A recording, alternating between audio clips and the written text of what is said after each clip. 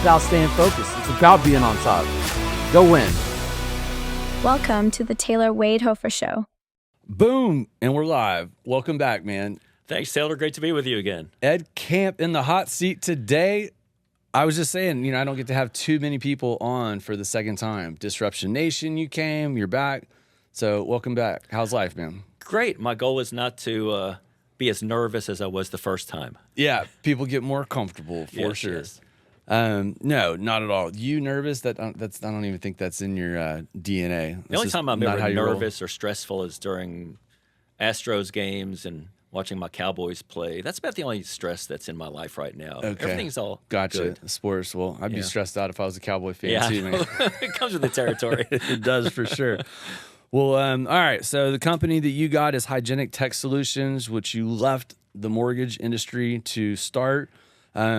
I've known you for a good minute. You a couple kids, grown. You're just telling me that. So congratulations, right? On you're a new grandparent, right?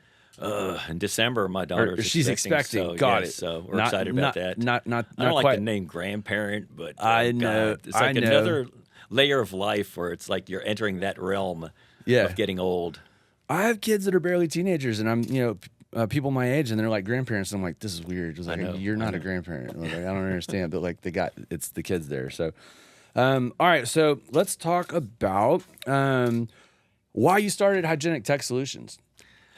Hygienitech Solutions, I was in the mortgage business. I was president of Mortgage Bankers during the worst possible time, 2008, 2009, the implosion. But it all started when my daughter stayed at a hotel on a religious retreat and got sick. Mm-hmm. And the pediatrician said she was in a toxic environment. Yeah. And that led me down a rabbit hole. What she had was dust mite poisoning. So I started learning more about that. As an allergy sufferer, I wanted to know more about dust mites. And I went down that rabbit hole. And then I founded a company based on creating healthy homes. Okay.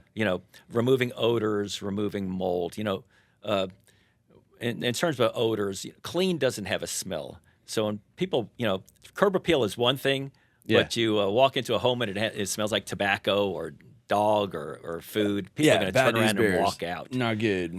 So I thought, this is kind of a new territory. Not a lot of people are in this, and all I had to do is come up with a way where I can turn a home with an odor or a mold issue into a healthy home. Yeah, it's great. And I came up with a solution. Yeah, that's fantastic. So the marketing, I think, behind what you're doing is really good. Mold is sold, which is great. We're talking about Chad, gold medalist, Olympian, speed skating. That's his deal, from gold to sold. It's important, right? And y'all do business, right? Right. And he's in this neck of the woods, but it's you've been a good networker for a long time. I met you in HIREBA, Houston Independent Real Estate Brokers Association. So from there to Disruption Nation to some of the panels and stuff that I've done in the past, we've cross-pollinated quite a bit. Yeah, I enjoyed being a sponsor of Disruption Nation, the mastermind panels. That put me in the space with a lot of successful entrepreneurs, a lot of successful realtors, and to this day, it's benefited. That's awesome, man. Yeah, that's like I'm extremely grateful to you and what you put together. And there hasn't been anything like that since. Yep, I know. It's pushing a decade, right? Which is crazy to think about. My first issue was Get it started again. We'll see. People ask me that a lot, and it's like, I don't know, man. The publishing world, I was like, it was a lot of fun. It was a lot of fun. It was love-hate. Loved the events, hated the events. I hated like the wedding planning. That's what I felt like I was putting together. But man, when I got there, I was like, this is a great deal. Now I try to go to stuff, right? I still like to rub elbows and and be in the mix. But anyway, the logistic part of putting the actual event together, dude, I felt like I had no time for anything else. I was reading. I'm trying to do all this other stuff. It's like I'm only so much Taylor can do at one time. I was reading a book written by Paul McCartney. He talked about, even to this day, he checks with the management, are we selling tickets? And really? And I can understand that when you're putting on an event, that's your biggest thing. Anybody going to show up? Yeah. Is anyone going to show up? Yeah. And then when they do show up, kudos to you for attracting a crowd, but there are some times you just can't, you just can't bring them in. Yeah. And realtors are tough to corral. I remember, on that note, one time I had, it was a big one. It was at Seasons 52. Mm-hmm. We had, just for a monthly masterclass, we had almost 300 RSVPs. the weather got real bad. It's pouring rain. It starts at like 9 a.m. and in like 6, 7 in the morning, it's pouring down. People are calling, is it still happening? I think you should reschedule this. Nobody's going to show up. And I listened to somebody, and one of the panelists was like, dude, I'm good. It's like, I got a truck. I'll drive through whatever flood. But like streets were literally flooded, you know, and I think one of the panelists lived up in the Woodlands, and it was a thing. So I was like, I'd never done it before. I'm like, cancel an event when I got this many RSVPs. I'll move it. I move it a few days or a week. And then at the next one, I mean, I think 20 people showed up. I was pissed. I was like, even if I, like, whatever. So, You know what's worse? yeah. I had an experience when I was president of the Mortgage Brokers Association where we had about 100 people there for our luncheon. Yeah. And the speaker spoke for 10 minutes and he was done. And the entree wasn't even served yet. It was like, you know, what do you do next? And I'm looking at my board going, you know, anybody got any jokes? I mean, what do you do to fill the next 45 minutes? I wanted to strangle the guy for putting us in that position. Yeah, and if you don't have the music in the background, like at least to have something to fill the room, the dead space. Yeah, it could be. Anybody real have any awkward. questions? It could be real. Nobody, somebody raise your hand. Real awkward, real quick, which is nuts. So, all right, so mold, but you know, you didn't start there. You know, you started with making the house smell good or whatever. Yeah. So tell me about like what's the pie chart? Like, where's your business? Is it 50-50? No. You know, you're heavy on mold side. That's blown up for you, right? Yeah. You know, when I started, it was just simply removing odors, and also the treatment is successful against removing mold. However, you know, I wasn't involved in mold, but that was something that, you know, I would hire Gordon Fox to come in and do a mold inspection. Shout out to Gordon Fox. Yes, after one of my mentors. After I did a mold treatment, I'd have Gordon come out to, you know, for my own edification that the house was healthy. But then Harvey hit, and I got contacted by a couple of storm chasers who knew that from the mortgage side, I had a lot of contacts, you know. Was that a good partnership for you? Not really. No. Not really. Okay. But it kind of opened the world to mold for me. You know, these storm chasers were coming into my town, and they were charging a lot of money, and people were desperate. Oh yeah. And I did flood during Tropical Storm Allison in Bel Air, and I did flood during the Tax Day flood and the Memorial Day flood. Harvey, I didn't flood. I just lost a car, but I was evacuated. So, you know, I kind of took it personally when all these people come into this city. Move to Houston. charge. You get to deal with all these floods. Yeah. Well, I ended up moving to a high-rise in the Galleria, and what happened a year later, the floor above me flooded, and it came down to my apartment. Man. It's like, Jesus. The water chases you, Ed. But I became proficient with reading mold inspections, and I took a contrarian view on a couple of inspections. I didn't understand the inspector's intent, nor did I agree with some of the findings. And I used Gordon Fox as just kind of a sounding board. Am I looking at this right? And he said, Ed, get your license. Cool. Get your license, because I couldn't refute any mold inspections. Because I was just a loudmouth unlicensed versus a professionally licensed mold inspector. Yeah. And I discovered there's just, you know, people are paying thousands of dollars for a mold inspection, and are they seeking a second opinion if a mold inspector fails them? There were a few mold inspections where there was no summary. There was just a generic remediation protocol attached to it. Okay. So what does that tell you? Or some inspections where they would run scopes in the air ducts stating that there was suspected microbial growth. Suspected? You were hired to find out whether it was, you know, mold or not. Yay or nay, right. So you know, just a lot of generic protocols, a lot of bids. There was one house in this. I became licensed, and I got a call from a realtor in Clear Lake who had a daughter's friend. The house failed an inspection. She sent it to me, and I saw it, and I said, wait a second. I don't like how they inspected this house. Let me go inspect it. But they charged $7,400 for that mold inspection on a 3,000 square foot house. And the bid to get this house healthy was $150,000. I went to the house. I did a mold inspection. Didn't have the heart to charge her. 23-year-old single mom who moved in with her dad, and her dad just passed away. unexpectedly. And she's already been taken for $7,500. And she's going to use... being quoted for $115. Going to use his life insurance to Yeah. pay for it, All tearing the walls apart. Uh-huh. I did a mold inspection. The house was clear.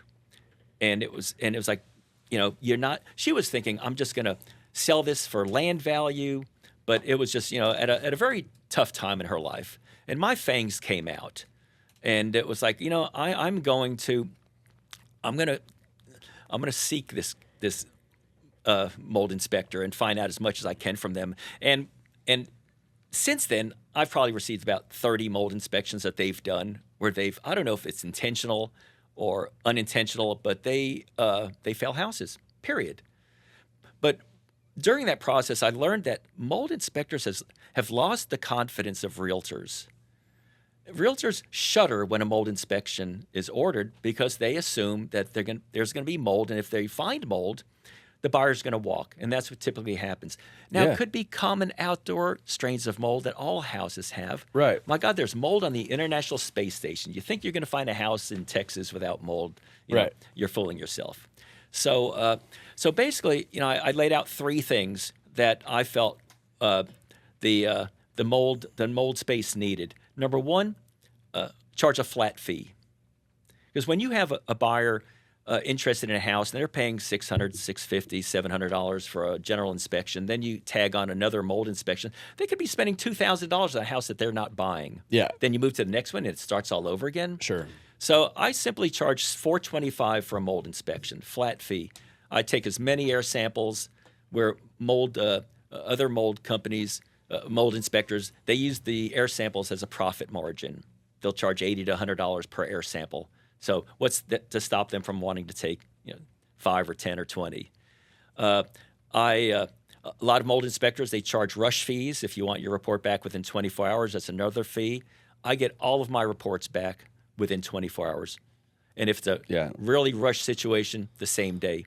And the third thing is just simple. I'm honest. If it needs something, it needs something. If it doesn't need anything, then you tell them. But you write a summary. Some mold inspectors charge to write a summary. Yeah. Well, so a couple questions here. Not all mold's bad mold, right? No. Got it. So how do you, I guess, emphasize to the where are you doing the marketing? Like, do you emphasize to the agent the importance of them? Like, when does it come up? Is it because there was a smoker that used to live there? Or like, there's a bad smell, it's musty from animals or something? Or they had like flood, like you said, like there's a problem with like a leak somewhere, and you're like, all right, or is it a combination of all that? It could be any of that. Every call I get on mold, it's a conversation. With mold, you see it, smell it, or feel it. Mm-hmm. And I typically will ask the residents, do you feel better at your house than in your house? That's a good indication that the house is the issue. But yeah, do I get calls from people with water leaks? Absolutely. Do I get calls from people who they might see it on an air vent and they'll call me, I got black mold. And my first response is really, get out. And they're like, really? It's like, no, wipe it off. Wipe it off.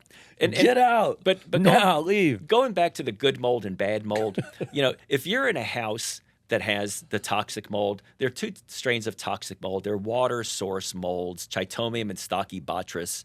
You feel it before you see it. It's a hidden mold. It needs a water source. How do you feel it? Is it moist? Migraines, nosebleeds, skin rashes. Got it. Okay. It could be just unusual allergies or respiratory issues. Could be brain fog. I mean, going as recent as 2004. It's fascinating. As recent as 2004, if you went to your physician and said, I'm just having unusual allergies and nosebleeds, they send you to an ENT. If you talked about brain fog or migraines or being lethargic, they send you to a psychiatrist. Mold wasn't on the radar. It's on the radar now. That's more nuts. and more physicians are doing blood work or getting a urinalysis to see what kind of mold is in the system. So the majority of mold that we encounter, it's outside source molds. All right. Key question. So if I'm an agent and I'm listening to this conversation, I'm like, got it. He's probably beating the market. He's $425. He's not going to charge for air samples and a bunch of extra stuff. We're writing the summary, which is fantastic. What's the typical problem? How much does it cost to fix the problem? You know, or like, is it peace of mind? Is it an inexpensive fix? I mean, what does that look like? The majority of the mold inspections that I do, it's basically an air quality check. Right.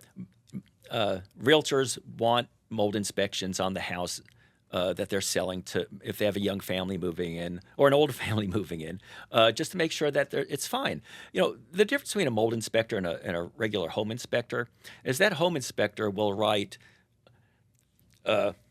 recommended that you contact a roofer, a foundation guy, a plumber, A mold guy. a window guy, and a mold guy.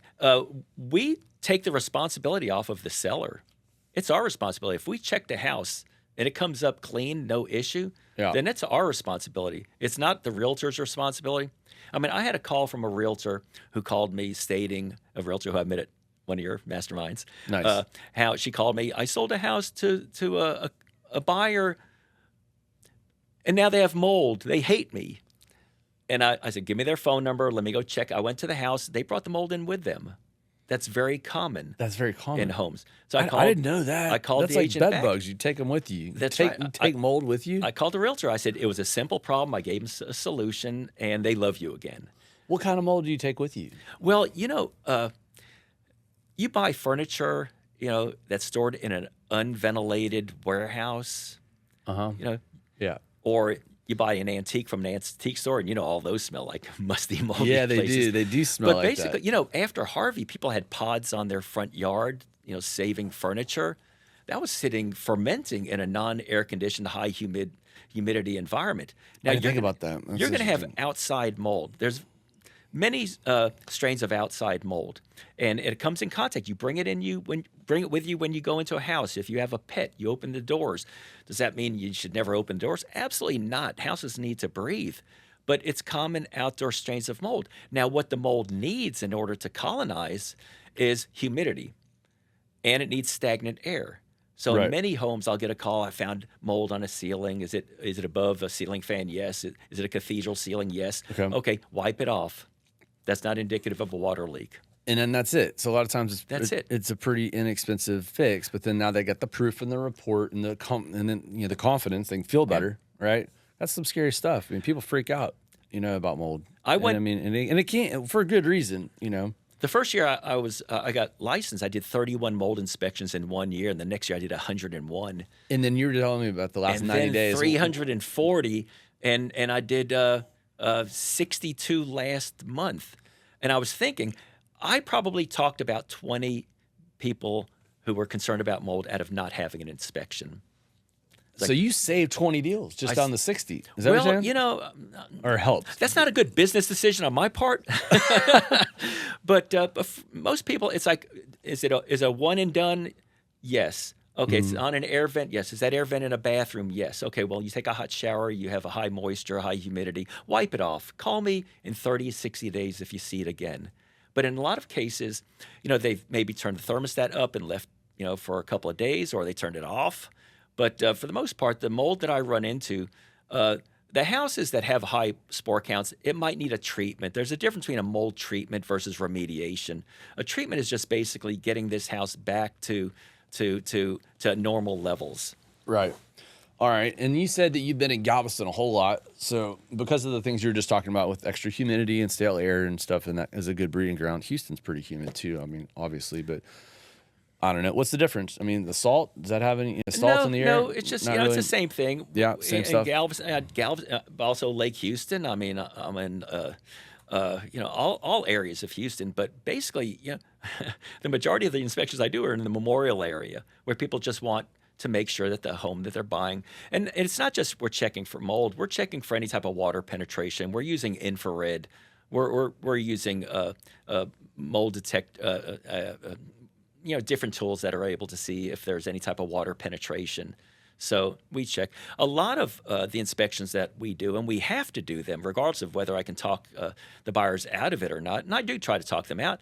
The home inspector found suspected microbial growth in the attic, you know, on an AC system. Yeah. Well, you know, if that tells me the AC system's working. Yeah, that sounds like a pet peeve for you, that suspected terminology. It's in like, the you know, I report. can drive there, I can do a swab, I can take it to the lab, and they're going to tell me it's just dirt. or you can go up there with a rag yourself and wipe it off. But the buyer's already seen it, and they want to make sure that it's not toxic mold. Yeah. And it's like, they're Taylor. I drove by this house in Bel Air, and they put up it's all particle board. They enclosed the framing with particle board, and it was raining outside. And the next step is for them to put stucco on it. Now, what is that particle board going to do? Yeah, you're gonna have some problems. It doesn't recompose. It swells. Yeah. So I'm thinking they're going to build this house, and it's going to have mold in the interior walls. Starting out. Now, granted, every house has mold in the interior wall. Every house. It's unavoidable. The houses are not breathing, but there's mold. However, mold will sit dormant for 100 years. That's crazy. There's no reason to open walls and do mold treatment in houses that have mold. I was wondering about that. Sitting dormant. I mean, you just got to demolish the house, demolish the wall, start over, and just. So one mold inspector, I did a moisture reading. It was 25%. I said, let's open up the wall, replace that piece of wood with a piece of wood that's 55%. Problem solved. Yeah. It's like, yeah. But there are mold inspectors who only do inner wall testing. Okay. Now, the interesting thing about mold is it's a living organism. And when mold is under attack, it starts sporulating. It just starts, spreading out. So what these inspectors will do is they'll run a tube inside the wall, and they'll bang on the wall.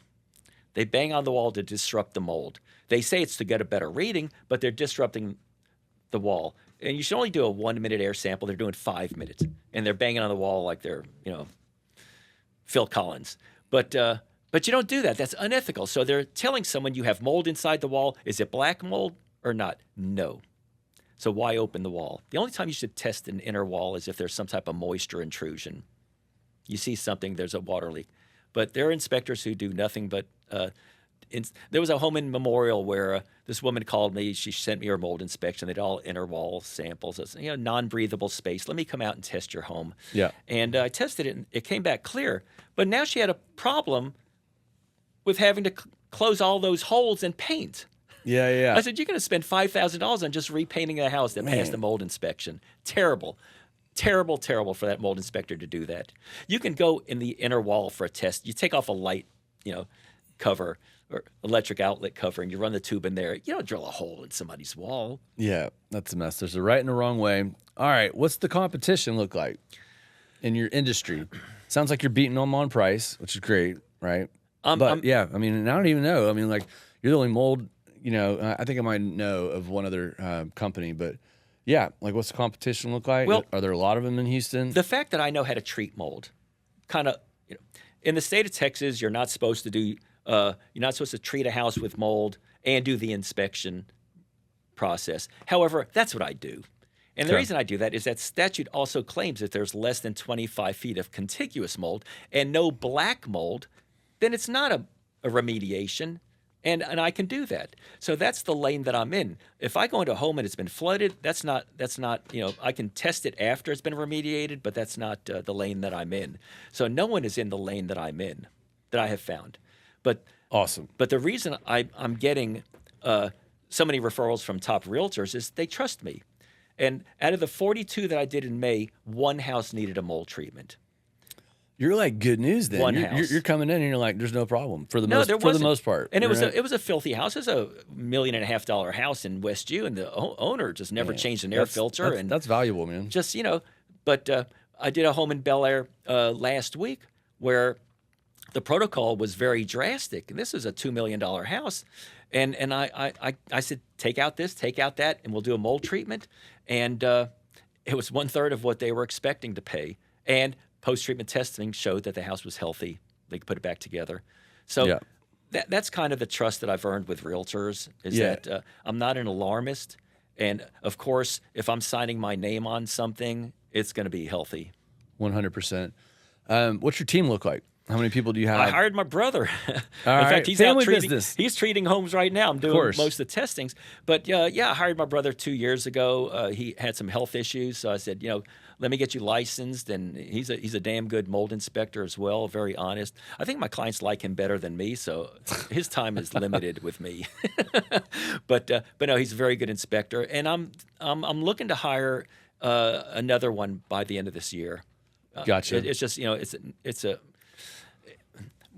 where are you hiring from? Like the inspector world, or how does that work? Well, my brother, I needed somebody On who I could LinkedIn? trust, and no, Word of mouth? I know, home inspectors. It's a very, very competitive. That is. I walked in one real estate office. There were like 12 inspector business cards. Damn, so there's that's one who nuts. I'm circling around. He's a good guy. He refers business to me. He's very ethical, and like any other company, whoever you bring in, they have to have your ethics and also your 100%. character, and they're representing the company. So I've been very careful. I was at a mastermind where I was talking to one of the realtors who Christy Buck. And I'm like, how do you handed your business off to someone else. I can't do that. How do you do that? And she's like, you just have to do it. And ever since I did that, thank you, Christy, my business has tripled. That's awesome. Has tripled. Absolutely tripled. Yeah, I've heard the growing pain there is like you might lose a couple people because they're like, no. I want Ed though. like, you know what I mean? I appreciate it, but I just, I need Ed. I get that. But I get that. So it's a curve, but once you get past it, it's a real thing. Yeah, they do that. And it's like, hey, I can't make it, but my brother can. And all of a sudden, he did a great job. I like him better than you. So that's the goal. But it's not that big of a mountain to climb as you would probably think. I mean, it's like I vouch for him. It's the same quality of work. Like, and anyway, there's a way to make people feel comfortable. My brother went to an apartment. We do apartments also. We're with a couple of apartment management companies, and he took a picture. There was about $10,000 in cash in the bathroom, sitting there, and he took a picture of it. And he showed it to the manager of the apartments, and I'm like, that's the reason why it's so tough to just hire someone, that you just can't, vouch for. Damn, and, that's crazy. Going into someone's home, they leave us the keys, or going to an apartment that's, they leave us the keys. We're responsible for everything. Mm-hmm. So hiring someone that you can trust to do that is very difficult. But I bit the bullet, and it's worked out well, and I'll hire someone else, and he'll be equally as honest, and that's about it. That's great, man. All right, I want to talk about your book. Okay, From Mold to Sold. Yep. Understanding and Overcoming Mold. I teach a 1-hour CE class to realtors. All right. And I talk about the myths of mold and the facts of mold, and share some stories with them.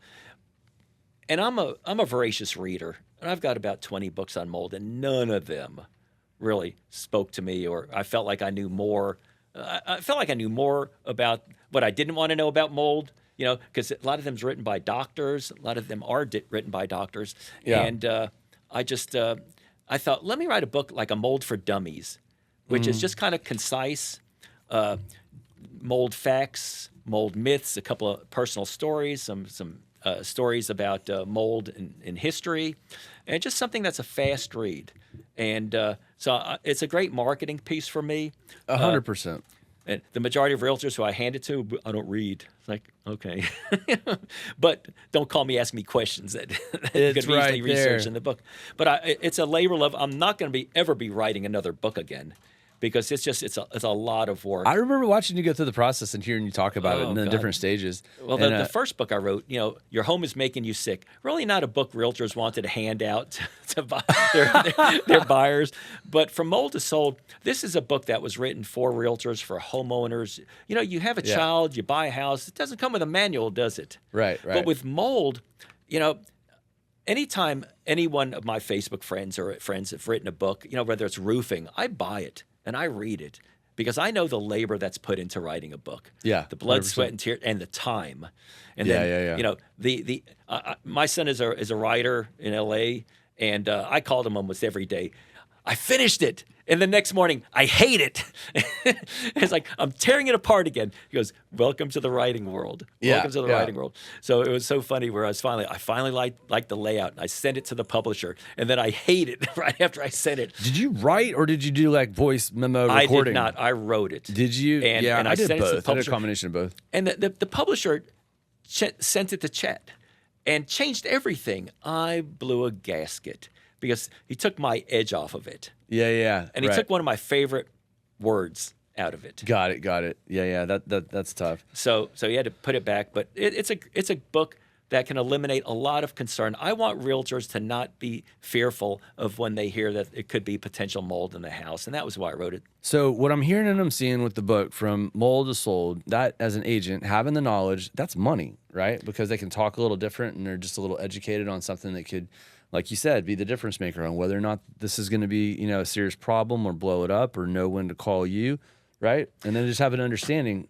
of what it is, right? Realtors won't even say the word mold. Yeah, I know. Yeah, when you said they shudder a minute ago, I know exactly what you're talking about. That's terrifying. And man. I told them you could say mold. It's like very, very taboo. Now, here's the thing. That could definitely. Because you said that earlier, and I thought that was fascinating. When it could be, migraines, bloody nose, fatigue, but then there's so many other things that cause that. How many calls do you get for a mold inspection from somebody that like that person, right? They're like, I think I might have mold because I'm actually not feeling good, or my kid's not feeling good. A lot. A lot. Okay, well that's good because that tells me people are at least aware. But in those cases, they ask me how much you charge, and I tell them $425, and they'll go, okay, let me call you back in a couple of weeks. So I'm like, is this out of your price range? Well, it's more than I thought, and I said, well, I'm going to test your house anyway. Oh, nice. I'm going to test it. I don't charge them then. If it's something where first and foremost, I created my company to create healthy homes. Yeah, that's first. And also, that's so cool. Man. Everybody deserves to be in a healthy home. Now, if a realtor wants me to do their home, then I'll just charge them twice as much. So I'll make up for it. No, I'm just kidding. Yeah. But yeah, my policy is, we're successful with what we're doing. We have the ability and the tools to help people out. Right. And I can't imagine someone asking for help and telling them, hey, call me back when you have the money. What is at the expense of their groceries for a week? Yeah. I like to sleep well at night. Yeah, 100%. Tell people how they can get a hold of you if they want a CE class or if they want to use you, right, for a mold inspection. What's the best way? Call me on my cell. 713-298-1449. Or go to my website, hygienitechsolutions.com. Good luck spelling that and getting it right the first time. Look them up on social, man. I know. Go to my Facebook page. But yeah, my cell phone. My phone is always on, and I'm working 7 days a week. And I love what I'm doing, and I do a lot of inspections on weekends because people are available. I want to talk to the people in the household. I love it. There you go. Well, before we get out of here, we were talking about this earlier. Just a fun fact. So, Edson, you're in a softball league. So, tell me about that. And you're about to do a motorcycle ride across Baja. Did you tell me 1,000-mile bike ride? Yeah, it's 1,000 miles in February. My kids How long does that take? It's 5 days. 5. Okay. That's impressive, man. My kids are like, aren't you afraid of hurting yourself? I said, the only thing I'm afraid of is wanting to buy a motorcycle when I get back. Yeah, you're either going to want to, you're either buying one or you're like, I'm never doing that again. I will not. But it's just you never know. Going out, laying on the beach, doing nothing, that doesn't appeal to me. But I thought, life is all about challenging yourself. Yeah. When I started my company, when I was comfortable in the mortgage business, that was a huge challenge. And that didn't look like it was going to go over well. But then, you just never know where, fate leads you. I didn't set out to be a mold inspector or to start a company to help, create healthy homes. But it's just what happens. But I think the biggest mistake people make is they stop challenging themselves. Mm-hmm. I wasn't comfortable, writing a book, and I wrote 2, and there'll never be another one. But getting out of your comfort zone is how you build a business. Yeah. Be a disruptor. Get away from what everybody else is doing. And I think everyone who's successful will tell you that's their story. Yep, 100%. So, well, Ed, a couple questions before we get out of here. Okay. We'll see if some of these would be similar from when you were on Disruption Nation. But let's see. Dream vacation. What would that be for you, or have you already had it? I'm going on it in February. Oh, that's this. Got it. 1,000 miles. My Baja favorite childhood memories race. were on a motorcycle, and I hadn't been on one since I was How 18. fast are the bikes going, man? Well, they're ATX bikes. So there are 4 different types of bikes. The ones for the desert, then the ones for the mountain biking, because we're going to go through some mountains. And then I think we're going to be on a 4-wheeler. Doing some rollovers. So 5 days, you can change up the no, it's an organized ride. It's organized. Right, but can you switch vehicles like on day 2? No, because each one is for the environment that we're in, whether it's on mountains, whether going through mountains or going through highways or going through the desert. All right. Well, I can't wait to see a bunch of pictures of that. Like, I'm curious as to how soft is the sand? Because that's a major. I saw some videos of people. Major, you got to make it to the top, and I think from my old days of riding an enduro bike, I can do that. If I don't, who cares? I've ridden a motorcycle on the beach in Galveston, and hard sand, soft sand, it's a totally different game, man. I mean, you can fall over pretty easy in the soft stuff. I think they can dress us like gladiators anyway, so I'm not concerned. Yeah. All right. What's your favorite book? Oh God, I read a lot. In fact, right now I'm reading How to Stay Alive in Prison. Okay. It's Just for fun? yes. Like, you never know. I'd like to keep my options open. But unreasonable. There was one book that was written by a chef. Unreasonable. What's it called? Unreasonable service. I mean, about this guy that opened a restaurant, he turned it into a 4-star restaurant, and how he just went out of his way to create an experience for each one of his diners. And you can relate that in any type of business. I read a lot of history. I read a lot of autobiographies. I love reading about Larry Bird and Messier. I love reading Messier, and I'm not even into hockey. Yeah. But there's stories. Agassi's got a good book, and Pippin, and I love all those documentaries. All those. I read the books. Yeah. I'm rereading. I'm also, reading about the Zodiac Killer right now. So I don't know. It's just kind of whatever I'm in the mood for. That makes sense. I reread a lot of books. One of the favorite books that I have that I read is written by Sam Walton. I've read his book 4 times. Which one? It's his autobiography. How he created Walmart and what he did. And I haven't read that. It's a fabulous book. Is it an Audible? I don't know. I got to feel the book. I got to read it. You read that one. Yeah. All right. What's your favorite kind of music or artist or genre? Yeah. Beatles. Got it. I saw Paul McCartney a couple of years ago. My son got tickets. I love anything out of the 70s. Yeah. Late 60s, 70s. Cool deal. Yeah. What's the best advice you ever got, and who gave it to you? I had a mentor when I started my company, and behind him, his wife made a sign, and she put it in lights, and it said, "You just got to get out there, period." Yeah. And, I've read all the books, Monday Morning. That's good, all man. those books, they didn't appeal to me. But when I started my company, and it was tough. I mean, when you hand your flyer to a realtor, a top-producing realtor, and he hands it back saying, "I'm not interested," that's a punch to the gut. Oh, yeah. And that's happened to me. But you got to get out there. And I just believe you don't end the day on a note where you just didn't do one more thing than you did the day before. I love it, man. We're going to wrap it up right there. Thank you so much for being on. Great interview. I appreciate your friendship. I appreciate what you're doing for the community. It's been fun watching your business grow. I'm loving that a lot of top agents are using you. And if you're watching, thanks to you. Definitely use this guy. He's going to do a good job for you, honest, coming from a good place. And, man, thank you for being on the show. That was a good interview. Thank you, sir. Yeah. I appreciate it, Taylor. I have to have you back. We'll have to do it again. Absolutely. All right. Yeah. Money make the world go round. I'm trying to get it all right now. Everybody worry about the crown big. Look, homie, I'm the man right now. Talking to a peon, kind of time we on. Don't roll like the kind of take eons. Got a little buzz, it's time to go beyond. Can't look back, no time to hit rewind. Yeah, she wants to do next class. I'm like, boo, you must ask. They pour way too much in your glass. Just move your hips like a hula.